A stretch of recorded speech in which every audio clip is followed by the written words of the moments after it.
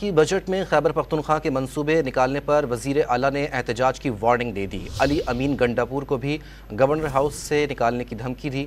مزید تفصیلات عارف حیات کی اس رپورٹ میں۔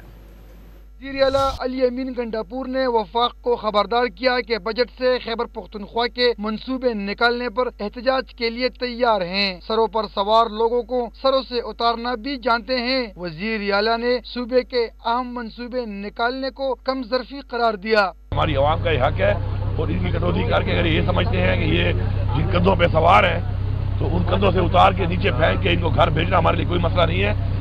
یہ اگر ان چیزوں کو ٹھیک نہیں کریں گے اور ان کو جو انہوں نے اپنی طرف سے کٹوتی کی ہے اور یہ ان کو ڈراپ کیا ہے، اگر ان کو انہوں نے بحال نہ کیا تو پھر دمادم مس کر اندر کے تیار ہو جائیں گے۔ وزیر اعلیٰ نے گورنر خیبر پختونخوا کو بھی آڑے ہاتھوں لیا، گورنر ہاؤس سے نکالنے اور گاڑیاں بند کرنے کی دھمکی بھی دے دی۔